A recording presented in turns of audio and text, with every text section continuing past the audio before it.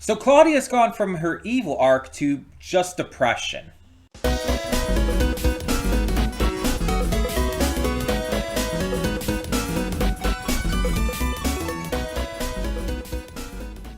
Before we get to today's video, I want to take a moment to talk about Patreon. That's right, we are on Patreon now, and we have a bunch of tiers with a bunch of great rewards.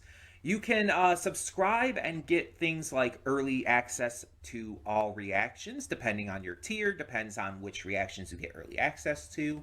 You can vote on polls exclusive to patrons that will help determine future reaction series and more.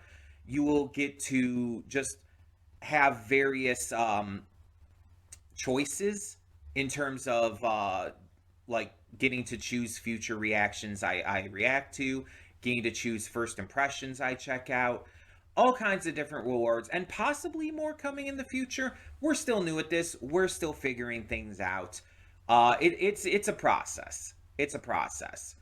But we have multiple tiers, so whatever you would be able to donate, if you're able and willing to donate, is appreciated. It helps me out, it helps the channel out, it helps us grow. It's going to help just, standardly. It's just something new to check out. Plus, if you like getting the reactions early, that's also a plus. But it is optional. If you're unable to do it, that's completely fine. All reactions will come to YouTube just a little bit later, a week later or so. So that all being said, thank you as always so much, and let's get on with today's video. With that being said, hey everyone, welcome to Princess K. I'm your host Connie, and today we are here with my blind reaction to The Dragon Prince, Season 6, Episode 2. I'm excited to be getting to more of this. The first episode back was pretty interesting. It showed kind of like the consequences of previous actions and whatnot. Seeing where everything has kind of like ended up at the moment. And it ends with kind of our main heroes splitting up to go into a couple different directions and tackle a couple different missions. And of course we had Claudia being abandoned by her father, who just is acknowledging how crazy she's become. And so now she is choosing to abandon her partner before, in her eyes, they can abandon her. That's going to turn out well. So, yeah, also the little, like, gremlin thing is dead now, because Claudia killed it off screen in order to help save her father, who refused to kill it. Because Viren, they're trying to put Viren through a redemption arc that's just not working. It's not. They're trying, they really are, but it's like, he hasn't done anything to actually make it feel like he's actually redeemed in any way. It's like they're trying to do a redemption arc without earning it. Like with Zuko in Avatar. Zuko's was earned. Zuko's made sense. This, no, not so much.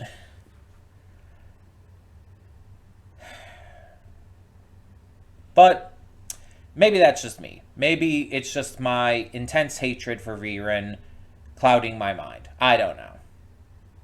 Either way, I'm, I guess, curious to see where this is going to go now. We have multiple focuses to focus on. And so, with them going in off in multiple directions, and with other stuff we still need to, like, touch on as well. It's like, for this season having, like, so few episodes, like the seasons of this show have, I'm just wondering if they're going to be able to get to everything. But, I mean, I've seen other shows do it. Like, the Fallout series has been doing it pretty well. So, I don't mind. Let's tackle this and see what we have, though. But before we do, I do want to remind you that we do have a Patreon now. Yes, I know there was already a little clip earlier in the video. But I do want to keep reminding everyone, because it's still new, still early in the year, And yeah, just want to keep getting things going. The Patreon is linked in the description below, and there you can join a tier that can give you early access to various types of reactions depending on the tier. The $5 tier, for example, gives you early access to movie reactions. The $10 tier is movies and shows, and so on and so forth, with each tier adding in a new type of reaction for early access. You also get to vote on exclusive polls in the future whenever those come up. You get to choose something for me to react to, depending on your tier, and so on and so forth. There's detailed descriptions on the Patreon page, once again, linked in the description below. So you can find everything you need to there. And one last thing before we get this going.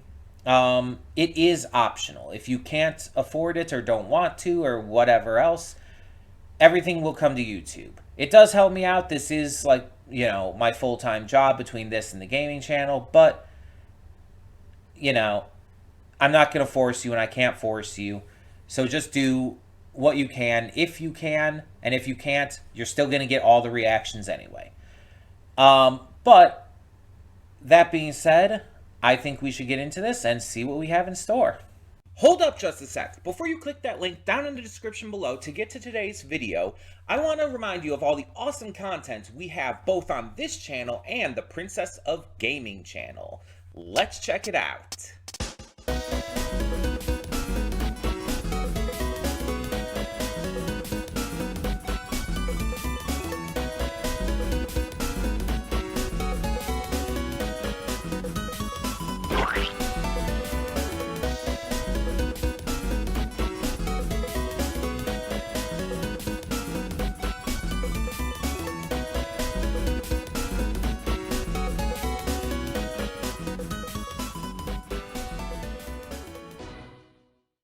Welcome to the Afterthoughts. We'll begin with spoilers in 3, 2, 1, now. So the Mushroom Mage was Muko, and the voice actor is, and I'm sorry if I mispronounced this, Anand Rajaram. I checked out all of Anand's roles on IMDb, and I know him from nothing. I don't think I've heard his voice or seen him in anything. So that's surprising because I swear he sounded just like Sam Riegel. For those who don't know, Sam Riegel is part of like the Critical Role crew. He's also Phoenix Wright and many other like notable roles. He's a prolific voice actor, just like everyone in Critical Role is. But he sounded just like him. It was like really that close. And it's like that's the kind of character Sam Riegel would absolutely fucking play too, so I'm really surprised that wasn't him. I thought I keyed in on that voice. I was wrong. But either way, this was a pretty good episode. It really dealt with some pretty fun dynamics as well as like touching on some of the more serious stuff. And I just really enjoyed it. I had fun. I really want Soren and Corvus to just fucking like actually get together though. Like they're so obviously in love with each other. They're so goddamn cute together. Like, can we just, like, confirm them in a relationship yet? Like, don't get me wrong. Like, I love seeing, Amaya and Anai, I think their names are. I don't think either of their names were said in this episode. Oh my god, hold on. Again, it's been a while, and I don't think they were in the first episode. So, let me just make absolutely sure here. Amaya, Janai. I was very close. Janai. Yeah. So, I love seeing them and love seeing their relationship even have like some rocky moments like we saw in this episode with Janai, freaking the fuck out because of what her brother did, and then the betrayal from her brother's lover, as we now know, and everything. It's just, she has a right to freak out. She has a right to be angry. But the paranoia and accusatory actions that she was taking were hurting the trust of her people. And as Amaya pointed out, like, this kind of thing has been talked about in literature, and in just, it's happened in real life a lot. Where if you let that kind of distrust consume you, it's only going to work to destroy your kingdom. It's only going to work to destroy other people's trust in you. It's going to make things worse. You have to be stronger than that. And we know Janai can be. We know it's just she had a moment of weakness, which is very real, very understandable. Like, we all have moments like that. Even the strongest and most well put together people in the world have those moments. I mean, I know Janai's not human, she's a Sunfire elf, but, like, in real life, we would say to err is to human. Like, there's no such thing as a perfect person. And we need to acknowledge that these struggles can help us grow, but we have to handle them properly in order to incite that growth. And throwing a hissy fit and burning down, like, your sacred tree or whatnot is not handling it properly. And again, I'm not saying she's in the wrong for getting mad. No, she should absolutely be pissed. Absolutely, because it's not just those two. It's not just her brother and his lover. A bunch of people defected. There's going to be a full-blown Sunfire civil war. She has a right to be scared. She has a right to be paranoid and angry. But she can't let it control her. That's the thing. And just like in the story, as was pointed out in the end, the king of 1,000 eyes, or whatever the fuck it was, still had his lover there to guide him on the right path, and be there for him, and show that trust and love. And Janai has that with Amaya too. And so she's choosing in the end to no longer put off the wedding, to confirm this, to, like, strengthen the bond and trust of the people, but also to strengthen their own connection, to rule together. And I think this is what is going to give them the edge over her brother. Because Janai's brother has his lover, but they're just, you know, they're not as deeply connected and as strongly bonded as Amaya and Janai are. The names are so goddamn close. It throws me off sometimes. It's very clear that they do love each other, unquestionably. But it's not as deep and as trusting of a love in the same way that Amaya and Janai are. I think the best way you could compare it to is Zahir and Plea in Legend of Korra. Two of the villains of Season 3, of Book 3. And they were in love with each other. They were absolutely in love. There was no question about that. Zahir and Plea, like, adored each other. But it was simple love. It wasn't like deep, aggressively bonded love.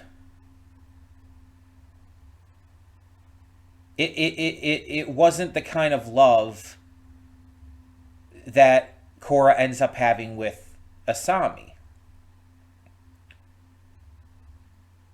It's still absolutely love, but there's something missing. There's something that's just not quite clicking and latching as well as it could be. And that's why Zahir was able to move past her pretty much right after her death.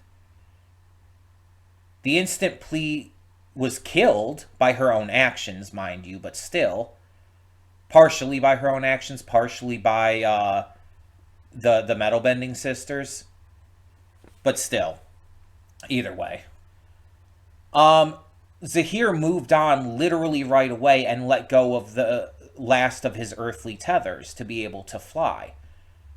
It's unquestionable that he loved her. Again, I'm never going to deny that. And it was obviously she was his last big earthly tether.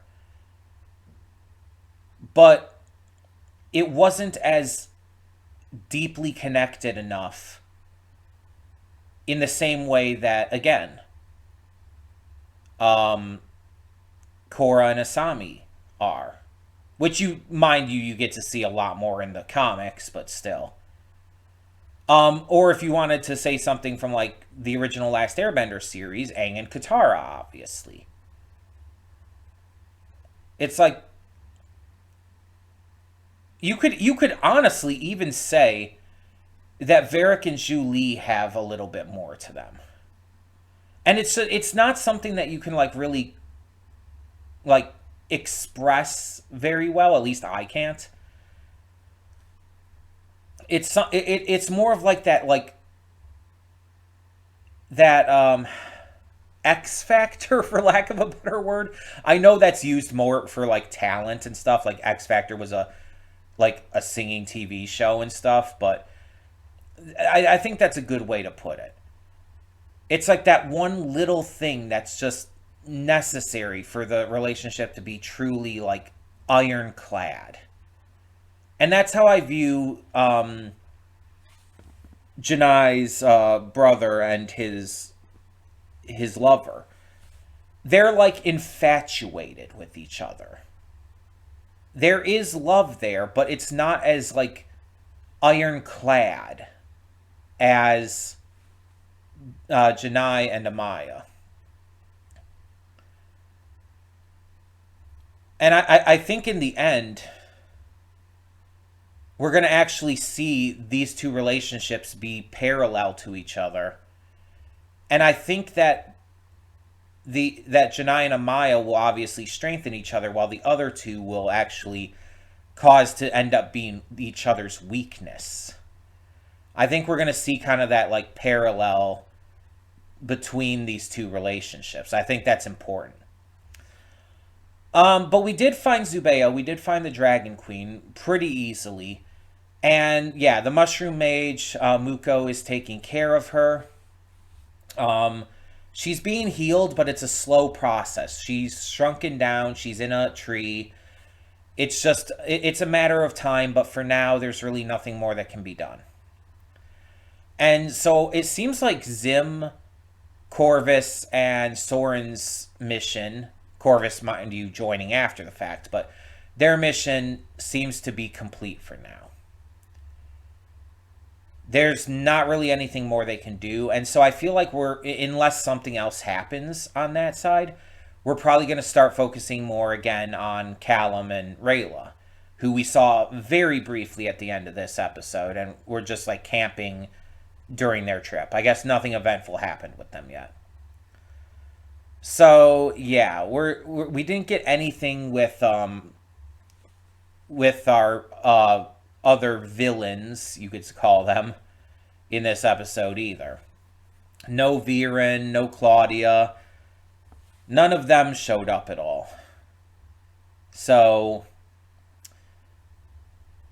I wouldn't be surprised if we took a couple episodes off of that and came back to kind of see what were happening after. Or maybe we, like, followed Terry next episode, but not the other two. And it's like that was kind of left almost like a mystery for now, what happens to them. I'm very curious to see where we go with this all. But in the meantime, tell me in the comments below, what did you think of this episode of The Dragon Prince Season 6? And thank you so much for tuning in. For now, I'm Connie and I'm signing off. See y'all next time.